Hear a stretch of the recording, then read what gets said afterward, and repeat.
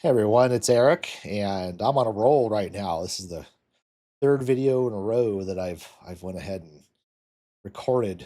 Well, this one I want to be about uh, a very useful system. I've gotten a lot of benefit, a lot of profit off of Brad Blanton's Radical Honesty. Very good book, and I want to share my biggest takeaway. My biggest takeaway with this book, or at least the way I remember it. It's been some years since I have read this book, but I have one big takeaway that when I think about things in this way, it really keeps me humble.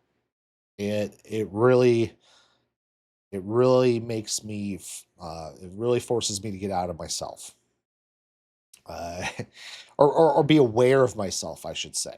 Be aware of myself because that's really the key, I think. And it's his dividing up into the different stages of honesty, the different levels of honesty. Because the book Radical Honesty is about, well, living a life of being radically honest with yourself and other people at all times, always.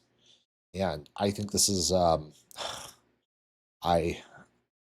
I can't see why you'd want to live another way.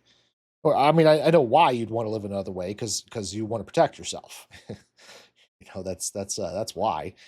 But I would say that being radically honest, and maybe balancing it with kindness a little bit. I think maybe that's where Brad may maybe falter a little bit in radical honesty is sometimes you don't say things out of kindness, and that may be a little bit different story than lying. Don't lie, but yeah, it's a balancing act, and I think typically you'll know what when to be honest and when to be kind. Most people sort of intuitively know, and even if you don't always get it right, it's probably okay. But that being said, there are three levels of honesty in radical honesty, and I think the third level is especially instructive. It's so much profit. So the first level of honesty is just kind of what we think of as being honest. You are honest about your thoughts and feelings. Uh, or I'm sorry. No, that's the second stage. The first stage is being honest about what happened, being honest about the actual events. So uh, when this person said this, then I said that. That kind of thing. Or I rounded the corner and this is what I saw. Okay, it's that level of honesty. And a lot of us are not honest on this level. A lot of times we want to, in our own memories, we want to make ourselves out to be a little better than we actually were.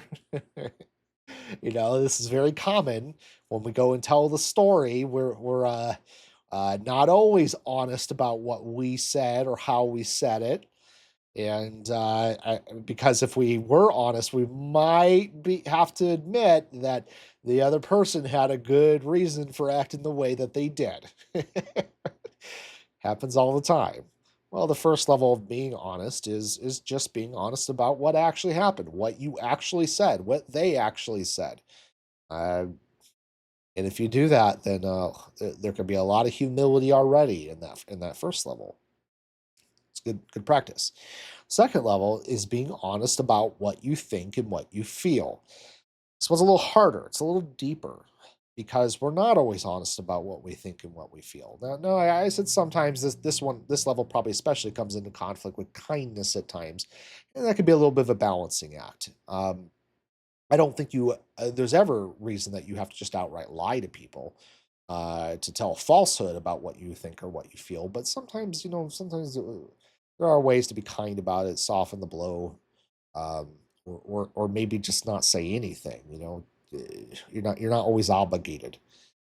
But as far as the times that you do speak, and when you do speak about what you think and feel, you can be just completely honest about it. Um, for instance, if you're talking to someone about let's say politics, and let's say this person is radically left wing, and you might wind up saying, I think you're being too harsh on Donald Trump or something like that. Knowing that this might really not endear you to them, because this person may be someone that is very radical in their opinion, and so this might easily set them off or cause tension, or puts you puts you in a negative light to the people that you're talking to. Well, a lot of times, that level of honesty is what we need to do. Again, balance it with kindness. Balance it with kindness and take the context and all that into consideration. I'm not saying that. But sometimes you might need to say to someone, "Well, I honestly don't feel the way that you feel about this." Or maybe even here's another one. Being honest, I am attracted to you. That can be a very difficult one to be honest about with people. I feel attraction for you. That's being honest about what you feel. Um, uh, Another one might be, yeah, I think you get the idea. Actually, I don't think I need to even go on anymore. It's being honest about what you really think and what you really feel, and that's not always easy. Sometimes even saying something positive is not always easy. Like, again, I'm attracted to you. That's a positive thing, right? Like I have this positive feeling towards you. So even that can be difficult. So, anyways, I think the most interesting out of these levels, though, is the third level, and it's the level where we're honest about our dishonesty. And it's not always like I told an outright lie. A lot of times it is. A lot of times it's realizing, and I've done this before. I'm like, oh wow, hold on, I just told you an outright lie. That was not true what I just said, and I just realized that I did it, and I wasn't really thinking it through, and I apologize. I shouldn't have done that. I lied to you. I've done that before. In fact, it's created a successful date for me once. I think it very much endeared myself to someone, um, when I caught myself lying, and I instantly said, "Wait, the thing I just said was not true. I was trying to lie to you to impress you." And but it's a lie. I didn't do that. And I apologize. I shouldn't do that. It's not cool. And some people might take that the wrong way, and well, those are probably the people I wouldn't want to date, but this particular woman, she very much took it the right way. And it created a very successful date. We bonded over. She's like, wow, that's really honest of you. Most guys say those kind of things, and they just leave it hang, and think it's impressive, but it's interesting that you're honest about that. So it wind up actually had a positive outcome. But even if it doesn't, even the outcome doesn't matter. It's not about the outcome. It's about being honest. It's about having the humility to admit when you are telling a falsehood. Well, now it's not just outright lying. Probably the even more interesting part is when you are falsely presenting yourself, presenting a false image of yourself. Like what I said to that woman on the date, that I said this to impress you. I wanted to be an impressive man. I was playing this role of being an impressive man, and it's catching ourselves playing these sorts of roles, catching ourselves trying to present a specific image, uh, often to other people, but sometimes just to ourselves, trying to uphold a certain image in our own mind. Being able to catch yourself on this level 3 level of honesty, and admit your dishonesty. That's that's golden. That's golden. And I would say that this is the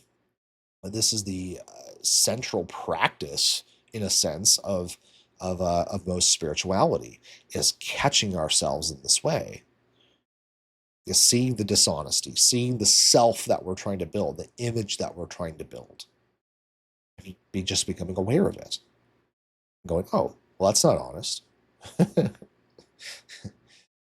We put so much energy into keeping these images up. The most energy is spent convincing ourselves. I spent a whole life convincing myself I'm the smart one. Holy cow. A whole lifetime convincing myself of this nonsense. And here I am now, and I have to be the first to admit I don't know shit. I don't know anything. Like all the supposed knowledge I have, there are counter arguments to all of it. I mean, I'm philosophically, I've always been an anti-realist. You know, across the board, everything anti-realist. There are arguments against anti-realism. To be honest, they're kind of strong. There's arguments for anti-realism that are kind of strong too. But point is I've always overestimated myself and tried to present this image of being smart to myself and to other people, and it's caused me a lot of stress. So, so yeah, I think this is my biggest takeaway. Biggest takeaway from the book Radical Honesty. The whole book's good. The whole book's good. I would recommend it. It's been some years since I've read it, uh, but this is the thing I remember the most is that third level of honesty. Just how valuable it is to keep that in mind. To try to catch myself being dishonest. It's good stuff.